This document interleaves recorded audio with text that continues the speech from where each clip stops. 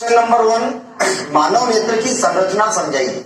देखिए मैंने यहाँ पर मानव नेत्र की संरचना यहाँ पर बनाई है और उसके कुछ मुख्य मुख्य अंग यहाँ पर हमने लिखे हुए हैं। जो मुख्य अंग है जो मानव नेत्र के लिए अत्यंत आवश्यक, हालांकि सारे अंग अत्यंत आवश्यक है, तो हम इसके बारे में यहाँ पर इस प्रकार से लिख सकते हैं कि मानव, क्वेश्चन में पूछा जाता है मानव नेत्र की संरचना समझाइए, तो आपको पूरा डायग्राम समझाना है और इसके मुख्य मुख्य अंगों के बारे में हम समझा सकते हैं।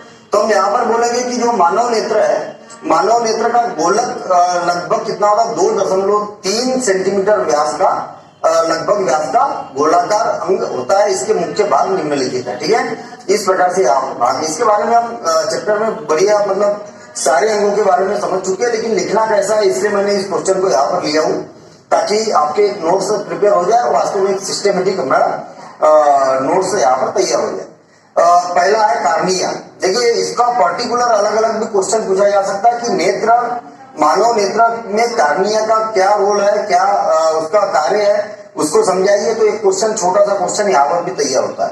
पहली बात में जो कार्निया होता है, कार्निया क्या होती है, ये जो नेत्र है, नेत्र का सबसे बाहरी भाग होता है, जो क्या होता है, पारदर्शी होता है। ये क्या करता है, प्रकाश को अंदर की ओर आने देता है। तो कार्निया के बारे में हम क्या बोलेंगे कि नेत्र का सामने का उभरा हुआ पारदर्शक भाग कार्निया कहलाता है। नेत्र में प्रवेश करने वाला प्रकाश किरणों को अधिकांश अपवर्तित कार्निया के बाहरी पृष्ठ से होता है। तो कहने का मतलब ये है कि जो भी प्रकाश इधर से प्रवेश करेगा, ये क्या होगा, इसमें से जो अपवर्तन होगा वो कार्निया के द्वारा ही अपवर्तन यहाँ पर होगा। तो इस प्रकार से आप यहाँ पर कार्निया के बारे में लिख सकते हैं। नेक्स्ट है पारितारिका। तो पारितारिका क्या होती है, परितारिका बोला जाता है इसको। कार्निया के पीछे वाला भाग, देखिए ये जो कार्निया है, कार्निया के पीछे वाला जो भाग है ये लेंस है, लेंस के सामने वाला भाग, ये क्या कहलाता है, पारितारिका, परितारिका कहलाता है। तो परितारिका में हम बोलेंगे कि कार्निया के पीछे गहरे रंग का पेशीय पटल होता है जिसे मध्य में छिद्र होता है, जो नेत्र की पुतली कहलाता है। परितारिका प्रकाश तीव्रता के आधार पर पुतली के आकार में नियंत्रित करता है। जो पुतली होती है, पुतली के आकार को ये क्या करता है, नियंत्रित करता है। अगर मान लिया जाए बहुत ज्यादा प्रकाश अगर इसके अंदर, नेत्र के अंदर आ रहा, तो क्या करेगा, पुतली को सिकुड़ देगा ताकि कम प्रकाश आए। अगर अंधेरा कमरा रहेगा तो उसको क्या कर देगा, फैला देगा। तो इस प्रकार से परितारिका का कार्य होता है। नेक्स्ट है अभिनेत्र लेंस। तो अभिनेत्र लेंस का क्या काम है, अभिनेत्र लेंस का मेन काम यही है, इसका जो जैसे कि हमने लेंस पढ़ा ना, जो पिछले चैप्टर में लेंस पढ़ा, तो हमें मालूम है कि लेंस की फोकस दूरी का क्या है, बड़ा इंपॉर्टेंस होता है। अगर इसकी फोकस दूरी अगर बढ़ा दे तो फोकस क्या होगा, दूर बनेगा। फोकस दूरी को कम कर दिया है तो फोकस पास में होगा। तो इस प्रकार से नेत्र में भी उत्तल लेंस होता है। ठीक है ना। तो अभिनेत्र लेंस की अगर बात करें, नॉर्मल जो लेंस हम डिस्कशन किया था पिछले चैप्टर में, वो काय के लेंस थे, कांच या प्लास्टिक के थे। ठीक है ना। और लेकिन मानव में जो नेत्र होता है वो क्या होता है, प्रोटीनों से बने जेली समान लचीले पदार्थ का यह बना होता है। उत्तल लेंस होता है जो पक्षमाधी पेशियों से एक निश्चित स्थिति में बना रहता है।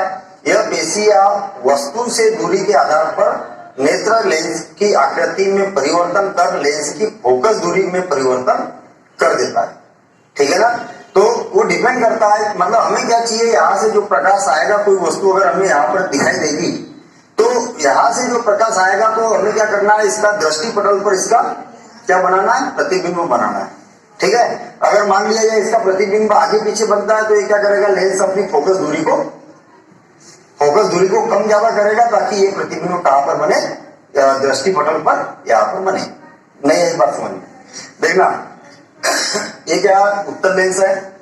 जब कोई वस्तु मुख्य अक्ष के समांतर प्रकाश आपतित होता है तो अपवर्तन के पश्चात क्या होती है, वो फोकस पर मिलता है। इसका मतलब प्रतिबिंब कहां पर बनेगा, यहाँ पर बनेगा। ठीक है। तो प्रतिबिंब जब तक दृष्टि पटल पर नहीं बनेगा तब तक वो वस्तु हमें दिखाई नहीं देगी। ठीक है ना। तो प्रतिबिंब का यहाँ पर बनना आवश्यक है। कई बार क्या होता है कि यहाँ पर प्रतिबिंब नहीं बनता तो ये इसके अकॉर्डिंग क्या करता है, पुतलियों को लेंस की फोकस दूरी को ये क्या करता है, एडजस्ट करता है। ठीक है ना। तो ये इसका काम होता है। नेक्स्ट बोलेंगे दृष्टि पटल या रेटिना। यह क्या है, लेंस के पीछे स्थित कोमल पर्दा होता है जो रेटिना है, दृष्टि पटल या जिसको क्या बोला जाता है, रेटिना बोला जाता है। तो ये क्या होता है, व्हाइट कलर का होता है और पारदर्शी बोला जा सकता है इसको। ठीक है, यहाँ पर इमेज बन रही है, यहाँ से प्रकाश आर पार नहीं जाने देगा और पारदर्शी पर्दा होता है, और जो प्रतिबिंब बनता है वो इसी के ऊपर बनता है। ठीक है, प्रतिबिंब कहां पर बनेगा, यहीं पर बनेगा। तो हम यहाँ पर लिखेंगे यह लेंस के पीछे स्थित कोमल पर्दा है जो प्रकाश सुग्राही कोशिकाओं से बना होता है। वस्तु का प्रतिबिंब यहीं पर निर्मित होता है। प्रतिबिंब निर्मित होने पर रेटिना की प्रकाश सुग्राही कोशिकाएं विद्युत संकेत उत्पन्न करती है जो दृढ़ तंत्रिकाओं द्वारा मस्तिष्क तक पहुंचाने का काम करता है। ठीक है, मस्तिष्क के इन विद्युत संकेतों को, ये क्या करता है, विद्युत संकेतों को क्या करता है, विद्युत संकेतों की समुचित व्यवस्था कर हमें वस्तु का संबंधित दृष्टि संवेदन प्रदान करता है। ठीक है, इन इसको क्या है, विद्युत संकेत के रूप में कन्वर्ट करके ये हमारे मस्तिष्क तक, इंद्रियों तक, मस्तिष्क तक पहुंचता है और हमें उस प्रतिबिंब का आभास होता है। इस प्रकार से हम यहाँ पर मानव नेत्र की संरचना को समझ सकते हैं। इसके और भी अंगत है, तो उनके बारे में हमने जब चैप्टर पढ़ा था वहां पर पूरा डिटेल में एक एक अंगत के बारे में समझ चुके हैं, तो वहां से और भी अंगत देख सकते हैं। लेकिन अगर सारांश में अगर इसका 2 या 3 नंबर का क्वेश्चन अगर पूछा जाता है तो इतने हम मुख्य इसके अंक के बारे में हम यहाँ पर बता सकते हैं। देखते हैं हम नेक्स्ट क्वेश्चन नंबर 2, मानव नेत्र का समंजन क्षमता से क्या अभिप्राय है। समंजन क्षमता, सिंपल सी बात है, समंजन क्षमता की बात अगर की जा रही है तो डायरेक्ट लेंस की क्षमता से बात की जा रही है। देखना, मानव नेत्र में जो लेंस है इसके सीधा काम ये है कि फोकस दूरी का इसमें कॉन्सेप्ट होता है। ठीक है, यहां से जो प्रकाश किरण आएगी तो अपवर्तन के पश्चात कहां पर मिलना चाहिए, फोकस पर मिलना चाहिए। बात क्लियर है, ये जो प्रकाश किरण यहां से आपतित हो रही तो अपवर्तन के पश्चात कहां पर मिलना चाहिए, इसने फोकस पर मिलना चाहिए। और जब फोकस पर मिलना चाहिए तो ये याद रहे कि जो फोकस बनेगा वो कहां पर बनना चाहिए, दृष्टि पटल पर बनना चाहिए, पटल पर। ये बात क्लियर है। अब यदि मान लिया जाए दृष्टि पटल पर अगर प्रतिबिंब नहीं बन रहा या यहाँ पर फोकस नहीं है और वो पहले ही यहाँ पर इस प्रकार से मिल गई तो क्या होगा भाई, अगर यहाँ पर मिल गई तो क्या होगा, वो प्रतिबिंब दृष्टि पटल पर नहीं बनेगा। या तो फिर अगर मान लिया जाए कि ये यहाँ पर मिल गई, ये क्या अपवर्तन के पश्चात यहाँ पर मिल रही तो दृष्टि पटल पर बन रहा, क्या मान लिया जाए क्या मानव नेत्र है, इस प्रकार से मानव नेत्र है और यहाँ पर लेंस बना हुआ, यहाँ से जो प्रकाश अपवर्तित हो रहा है या वस्तु से जो प्रकाश किरणें आपतित हो रही है और अपवर्तन के पश्चात इसका फोकस अगर यहाँ पर होता है तो वह वस्तु का प्रतिबिंब दृष्टि पटल पर नहीं पड़ेगा, मतलब वो वस्तु हमें दिखाई नहीं देगी। यहाँ पर अगर प्रतिबिंब बनता है तो हमें वस्तु दिखाई नहीं देगी। सिंपल सी बात है, क्यों, क्योंकि दृष्टि पटल यहाँ पर है तो यहीं पर प्रतिबिंब बनना संभव होना चाहिए। तो अब क्या किया जाए, तो क्लियर सी बात है कि जब फोकस यहां पर रहेगा तो इसकी फोकस दूरी को बढ़ाना चाहिए। इसकी फोकस दूरी को बढ़ाएंगे तो क्या हो जाएगा, प्रतिबिंब यहां पर बनेगा। अगर प्रतिबिंब यहां पर बन रहा तो क्या करना चाहिए, फोकस दूरी को कम करना चाहिए।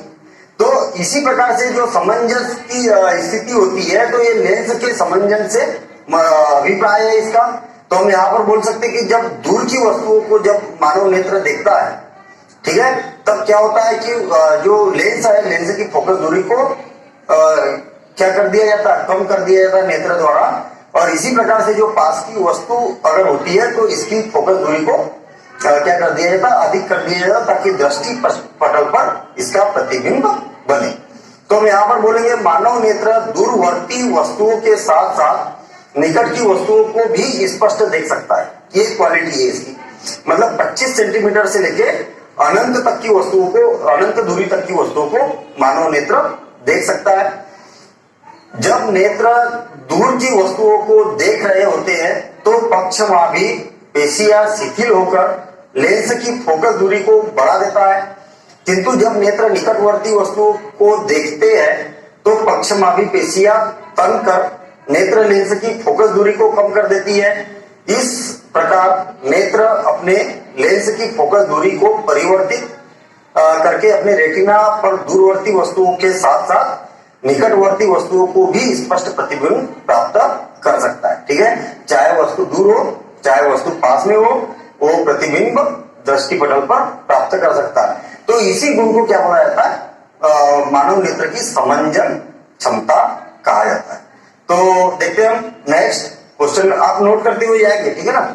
ये सेकंड क्वेश्चन है, इसके बाद देखते हैं हम थर्ड क्वेश्चन। सामान्य मानव नेत्र की दृष्टि सीमा कितनी होती है? दृष्टि सीमा की बात की है तो हमें मालूम है कि मानव नेत्र जो है 25 सेंटीमीटर की वस्तु को, जो सबसे निकटतम वस्तु है वो 25 सेंटीमीटर दूरी की वस्तु को स्पष्ट देख सकती है। इसके बाद में अनंत तक की वस्तु को देख सकती है। कहने का मतलब मानव नेत्र की जो रेंज होती है, देखने की क्षमता होती है, वो क्या होती है? कम से कम 25 सेंटीमीटर से लेके अनंत तक की किसी भी वस्तु को मानव नेत्र देख सकता है। तो यहाँ पर क्या बोला है? मानव नेत्र की दृष्टि सीमा कितनी है? तो हम बोल सकते हैं कि निकटतम 25 सेंटीमीटर तक की दूरी को देख सकता है और अधिकतम वो अनंत तक की दूरी की वस्तु को मानव नेत्र द्वारा देखा जा सकता है। तो इसकी सीमा हो सकती है 25 सेंटीमीटर से अनंत तक इसकी सीमा हो सकती है। तो आप यहाँ पर इसको नोट कर सकते हैं।